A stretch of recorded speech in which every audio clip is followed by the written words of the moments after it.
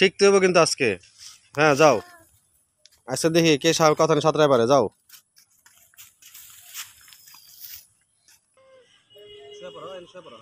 অনেক সাহস করে আসছে, গায়ে লাইফ জ্যাকেট দিয়ে আসছে। সে সাঁতার শিখবে, সাঁতার শেখার জন্য আসছে।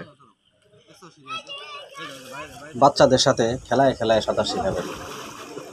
আর সাঁতার শেখানোটা খুব জরুরি, বলা তো যায় না কখন কোন বিপদ হয়। বাচ্চাদের সাঁতার শেখান, বাচ্চাদের জীবন বাঁচান। প্রতিদিন একটু একটু করে বাসায় থেকে বাচ্চাদেরকে নিয়ে যাবেন, একটু একটু সাহস দিবেন। বাচ্চারা হলো পানি দেখলে অনেক ভয় পায়, নিচে হাত দিয়ে আস্তে আস্তে সাঁতার শেখাবেন। খুব খেয়াল রাখবেন,